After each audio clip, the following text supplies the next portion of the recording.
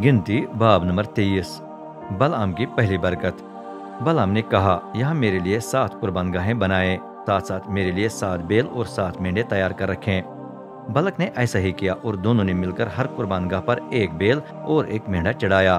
फिर बलआम ने बलक से कहा, यहाँ अपनी कुर्बानी के पास खड़े रहें, मैं कुछ फासले पर जाता हूँ, शायद रब मुझसे मिलने आए, जो कुछ वो मुझ पर जाहिर करे मैं आपको बता दूंगा। ये कहकर वो एक ऊंचे मकाम पर चला गया जो हरियाली से बिल्कुल महरूम थी। वहां खुदा बलआम से मिला। बलआम ने कहा, मैंने 7 कुर्बान गाहें तैयार करके हर कुर्बान गाह पर एक बैल और एक मेंढा कुर्बान किया है। तब रब ने उसे बलक के लिए पैगाम दिया और कहा, बलक के पास वापस जा और उसे ये पैगाम सुना।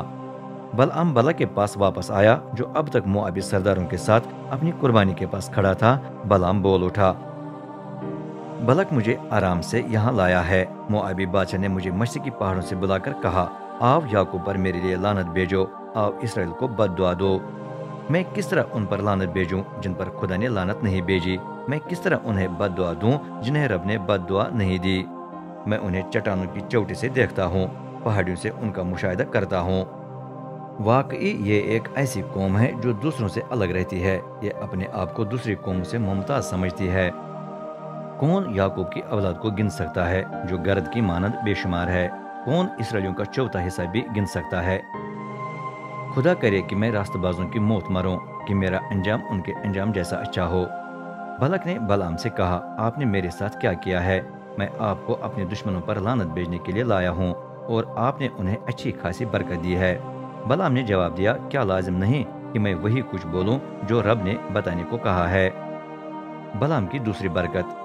फिर बलक ने उससे कहा, आइए हम एक और जगह जाएं जहां से आप इसराइली कौम को देख सकेंगे, यानी उनकी खीमगाह का सिर्फ किनारा ही नजर आएगा, आप सबको नहीं देख सकेंगे।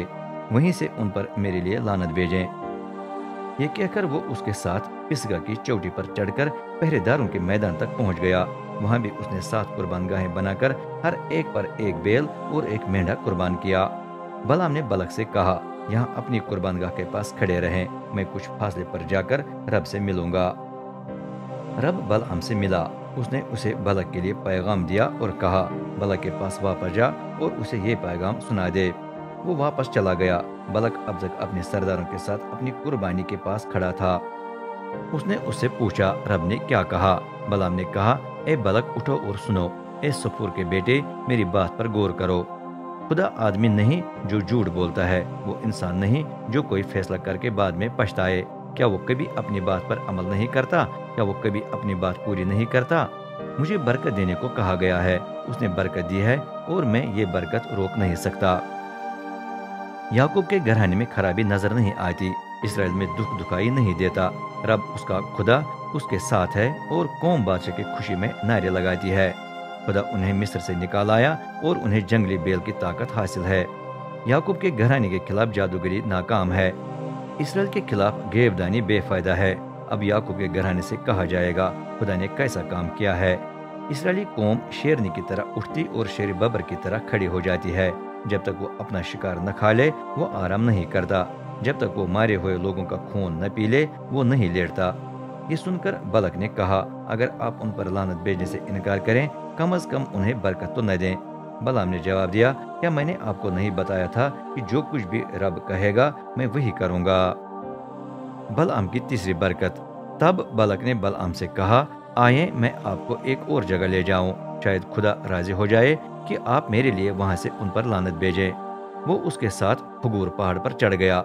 उसकी चोटी से यरदुन की वादी का जुनूबी हिस्सा यशेमून दिखाई दिया।